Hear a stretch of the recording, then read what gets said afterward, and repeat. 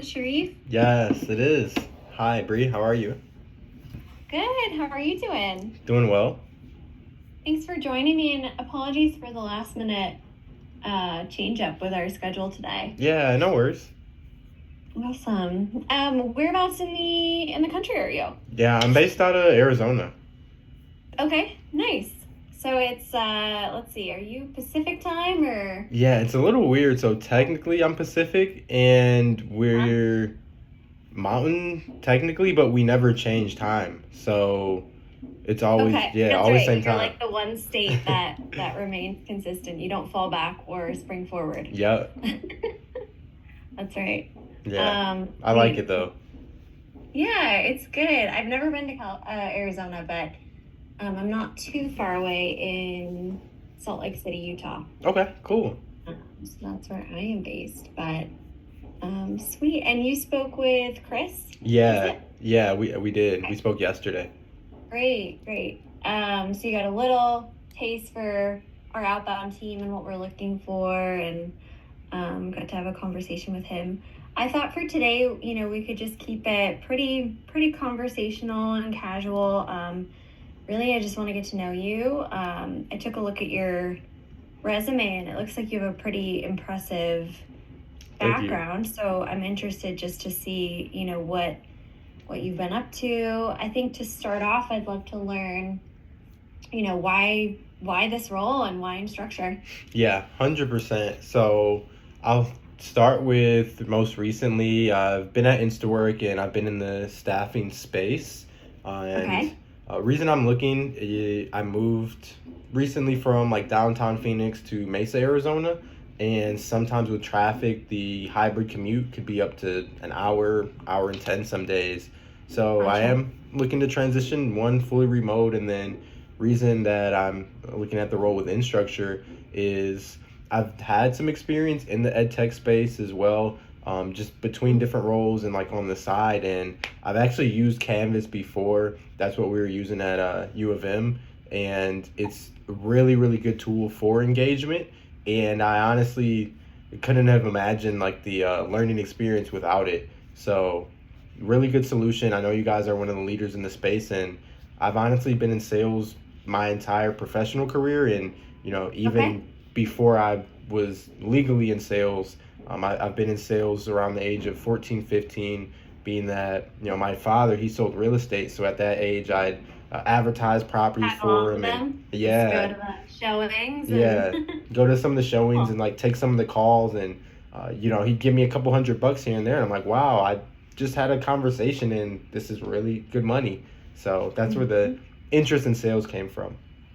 Nice, nice. And what about this like SDR role specifically?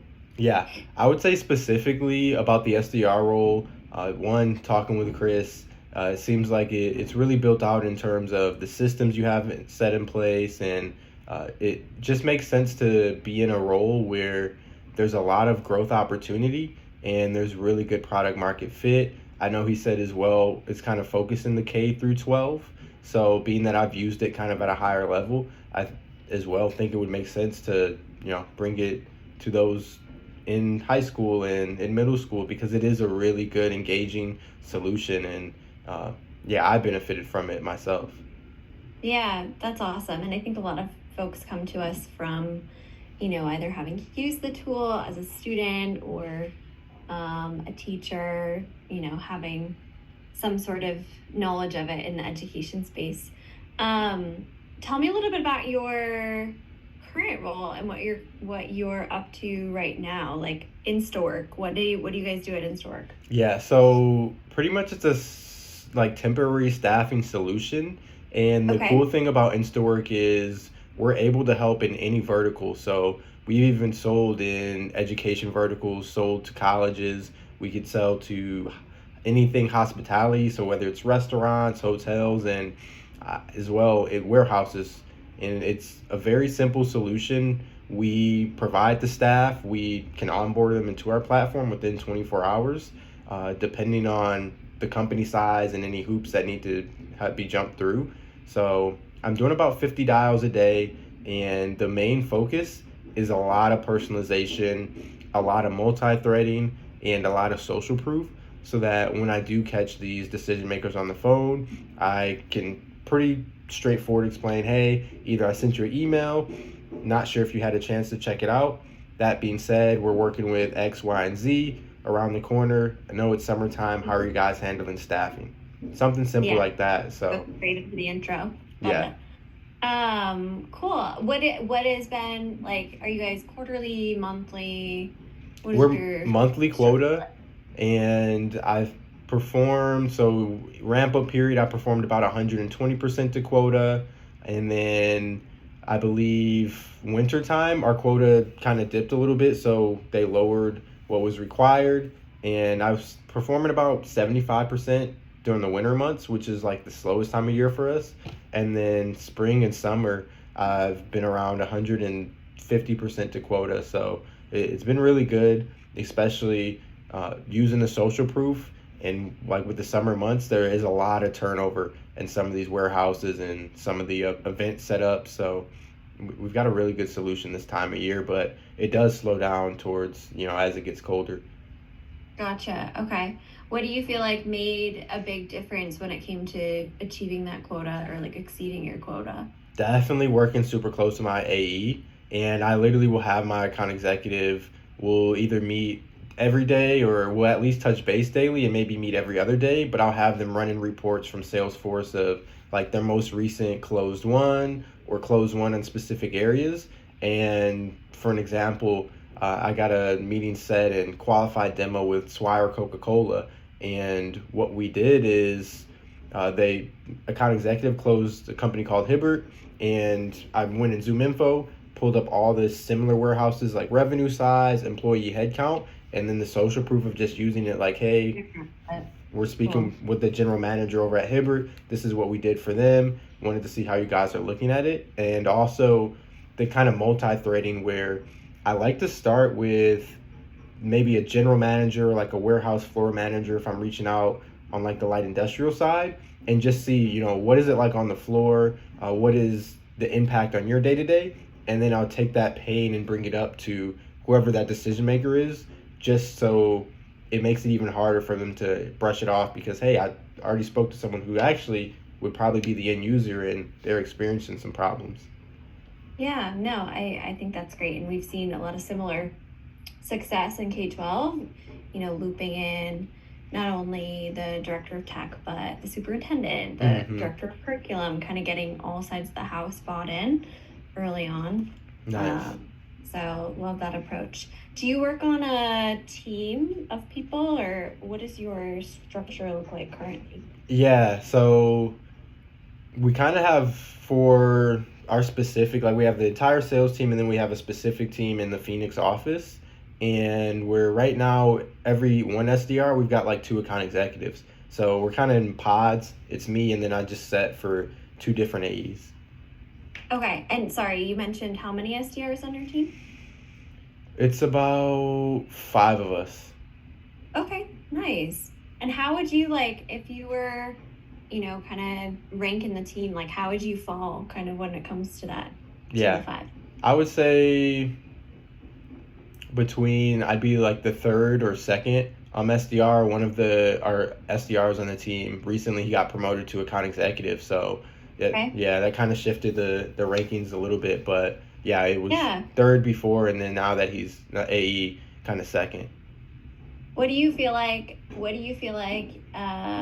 they're doing, like the number one guy is doing that you're not doing currently? Yeah, I think with the number one guy, they've been there a little bit longer than me. So one, they've got a really good pipeline built up, and then as well, they're a little more targeted with like the specific industries that they're selling in. They're selling like just specific hospitality. So there's even sometimes like they've gone to some of the hotels in Arizona in person, like the Phoenician or the Global Ambassador. So Okay. I think just having that extra step of they'll have deals come through where it's like, oh, I met with this person and I dropped him off some pizzas a couple months ago, and then it'll trickle in. Yeah. So I definitely think that's kind of made a difference for myself. I've seen the most success with the light industrial and with the warehouses, so that's what I've been focused on. But it does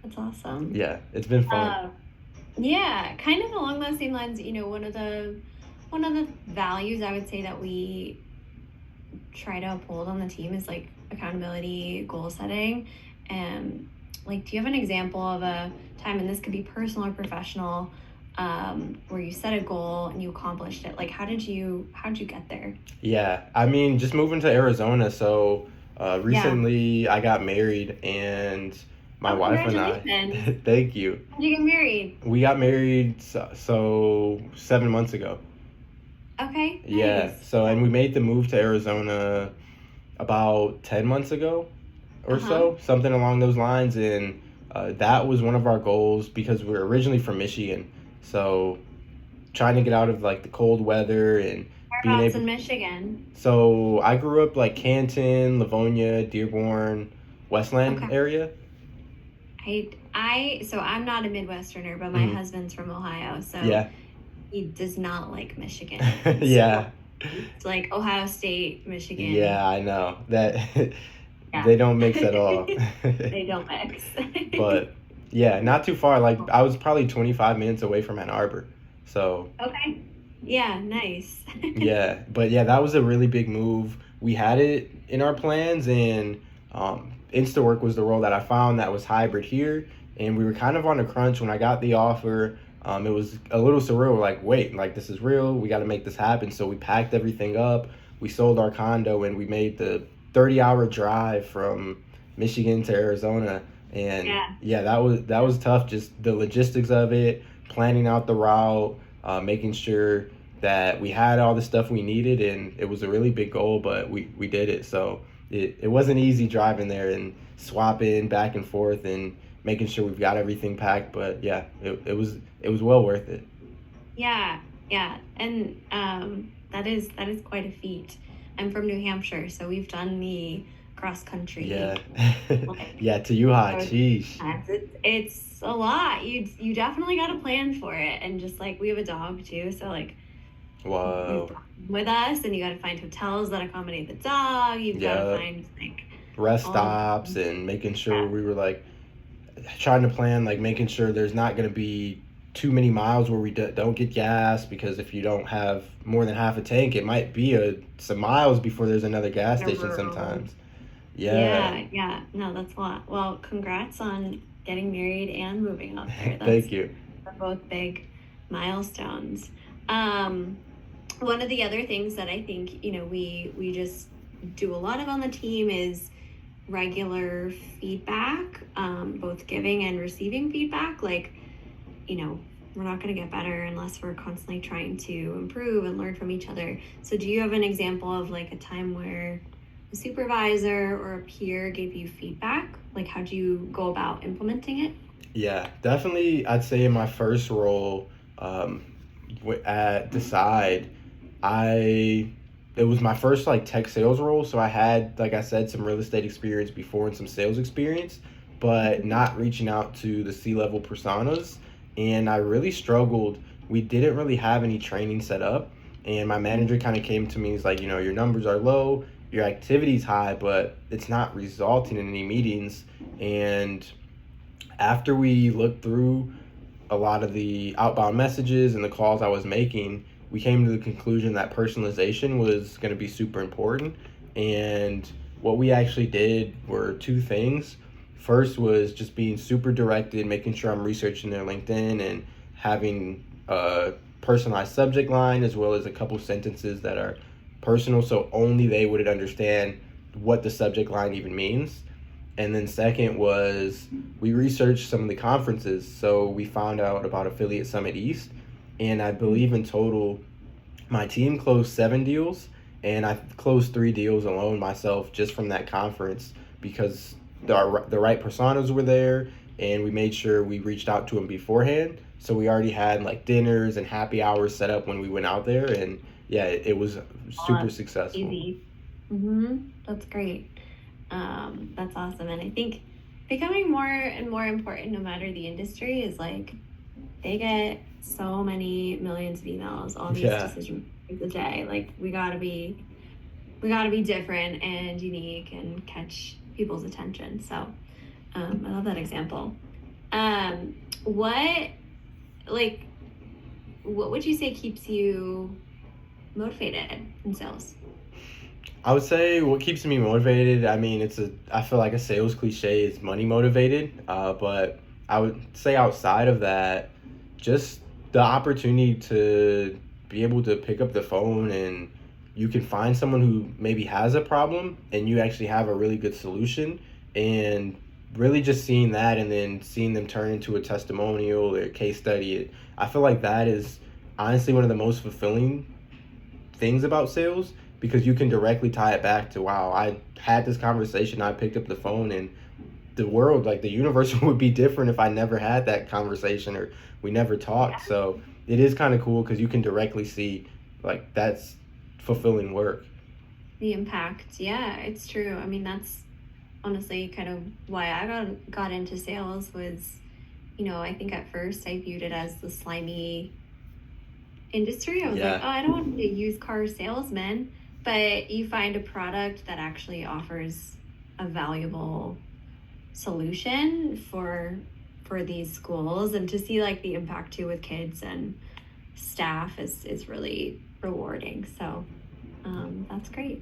What about like in terms of a like your role on a team? I think that's really important to me, is that we find someone who fits in our culture. Like what role would you say you play on a team? yeah, I have a lot of sports background, and I would definitely say someone who's going to be competitive, but Yeah. also supportive. So Mhm. if I'm seeing someone else is setting a bunch of meetings, not only is it going to push me, but I'm going to want to know what's your talk track, what are you using to confirm the meeting, what are you saying beforehand? Are you using like thanks? Are you sending them a coffee? Is that increasing your show rate, or what is that?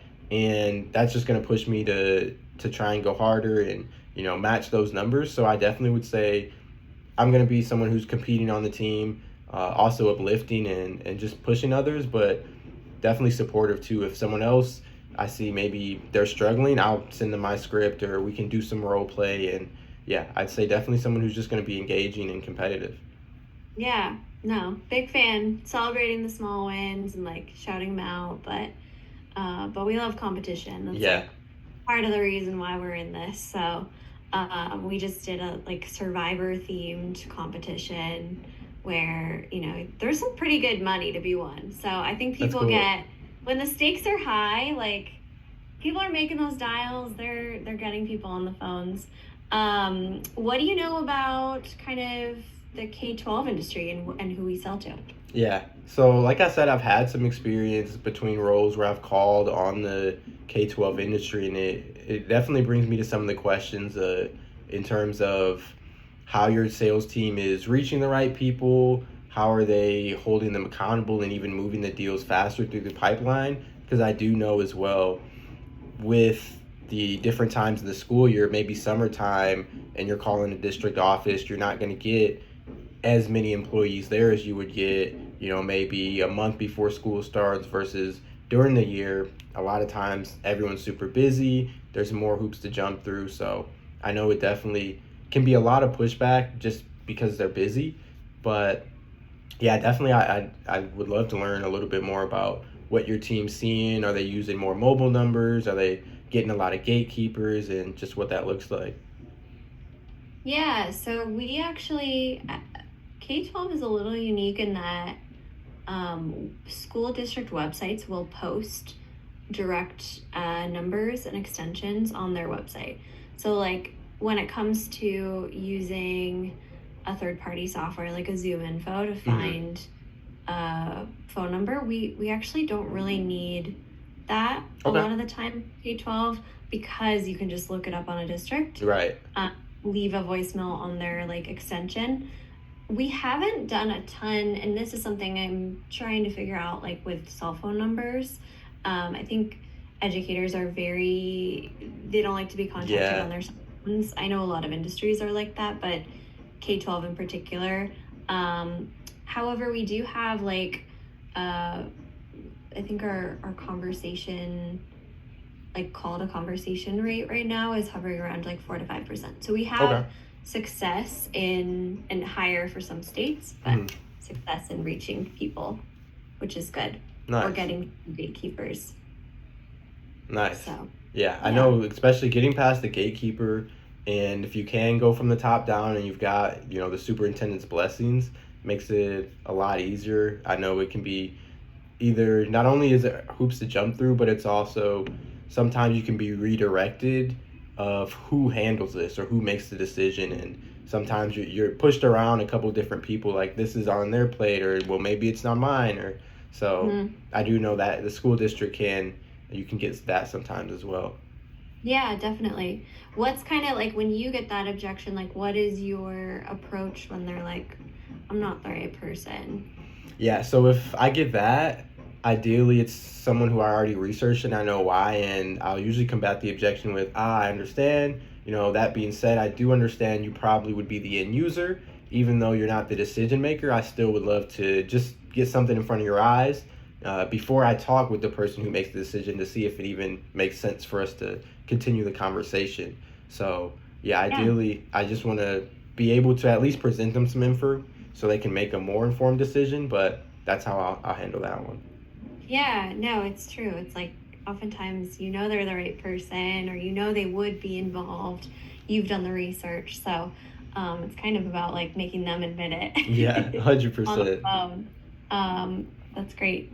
Well, what other questions do you have for me? I know we're coming up on time. Yeah, I mean, only other question I did have just like a quick mock pitch prepared. If you wanted, we could maybe do some role play just to see what the calls and objections would sound like. Yeah, for sure. No, I'd love that. That'd be great. Who do you want me to be? So, ideally, would you say are you most of the time getting like after you get past the gatekeeper decision maker would be like a CTO, like maybe a chief technology officer, or who would you say ideally would that be? Yeah, so it depends on the products. We have kind of three core products in K-12, Canvas being one of them. If we're calling for Canvas, which we can do in this scenario, Okay. be tech. So the name varies, or the title varies, so sometimes it's CTO. That's usually like a big, Philly school district Right. or the district in Philadelphia, Boston Public Schools versus like a local district might call them just director of tech. Okay. Yeah, Sweet. I'll be a director of tech. Do you want me to have a name? Yeah, I'll just use Bree. That works. Okay. Be Bree, the director of tech. Okay, sweet. Ring ring. Hello? Hi, is this Bree? Yeah, this is her. Hi, Bree. It's Sharif. I know I'm calling you out the blue. Uh, Calling from Instructure. Could I maybe steal 30 seconds and just explain why I'm calling?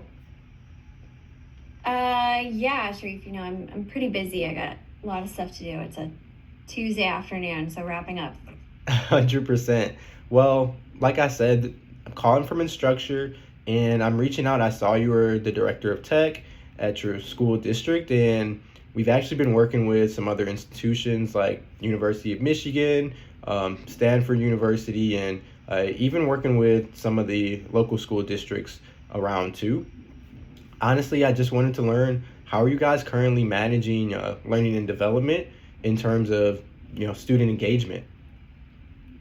Yeah, we use a couple different tools right now. Um, we're doing we're doing Google Classroom, but honestly, it's free, and we got a lot of budget cuts this year, so Mm. we don't have a ton of room for funding for anything new. Okay, that makes sense. Well, honestly, that's exactly why I was calling. We have worked with a lot of other districts using Google Classroom, and we have a very seamless integration with Canvas, and it's honestly been able to save districts a lot of time. I know you said you were busy. Uh, would it make sense? I've got time tomorrow at 10 a.m. or 2 p.m. We just set up a quick chat, and I'll love to show you how Canvas could save you some extra time integrating with Google Classroom.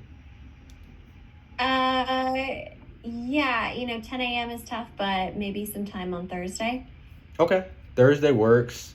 I'll set something up in terms of anyone who maybe would feel left out, just if they weren't around to learn a little bit more about our integration with Google Classroom.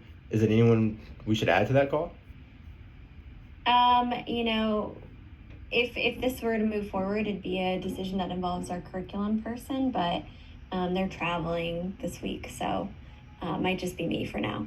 Okay, that makes sense. Well, just to confirm, what would be a good email for you and a good time? And then, hey, worst case scenario, I can throw them that director of curriculum on the invite, and if they can't make it, I'll send them a recording. Okay, sounds good. Sweet, let's do it. Awesome, I love it. Did you research that in advance? Yeah, That Google, I the did partnership with Canva. it. Yeah, did a little bit. Uh-huh. Very cool. I'm impressed. Thank you. That was pretty smooth there. Cool. Well, just so, do you have any other questions for me, or do you have other thoughts? I mean, outside of that, that's really all I wanted to make sure. I kind of wanted to just do a little bit of practice. I really Mm-hmm. enjoyed the time, and I'd love to move forward and continue learning and talking with you guys. So, Yeah, definitely. Um, so in terms of next steps, so it would be a meeting with our director of K-12. His name is Armando. okay. Uh, and Chris would be the one to set that up. It'd probably be a similar conversation like this with me. But if you do move forward with him, definitely encourage you to like treat it similarly where you bring that pitch. And I think, that will go a long way. Okay. Nice. I appreciate the feedback and the advice. Yeah, thank you. I appreciate your prep. Yeah, of course. That's great. And I love when people come with like a knowledge of what we do. Yeah, 100%. So thank you. I hope you have a great rest of your day, and Chris will be in touch. Okay. Thank you, Bree. Have a good day too. Bye. Bye. Mock pitch. I think we got the next round locked.